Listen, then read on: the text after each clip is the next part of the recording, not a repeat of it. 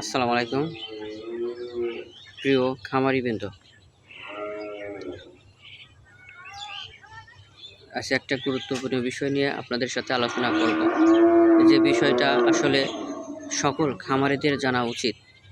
অনেকেই দেখা যায় না জেনে এই ভুলটা বেশিরভাগ যারা জানে না তারাই করে। এর জন্য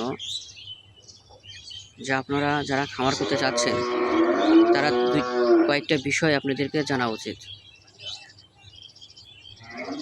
1 নম্বর,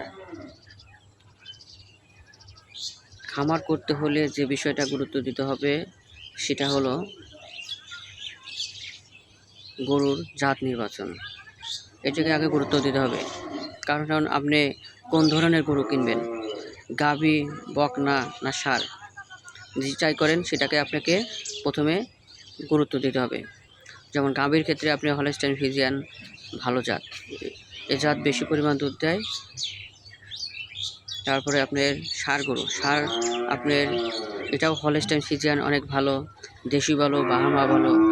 এই ধরনের গরুগুলো অনেক বাড়ে মাংস, দেখা যায় প্রতিদিন আপনার অ্যাভারেজে 1 থেকে 2 কেজি পর্যন্ত বৃদ্ধি হয়।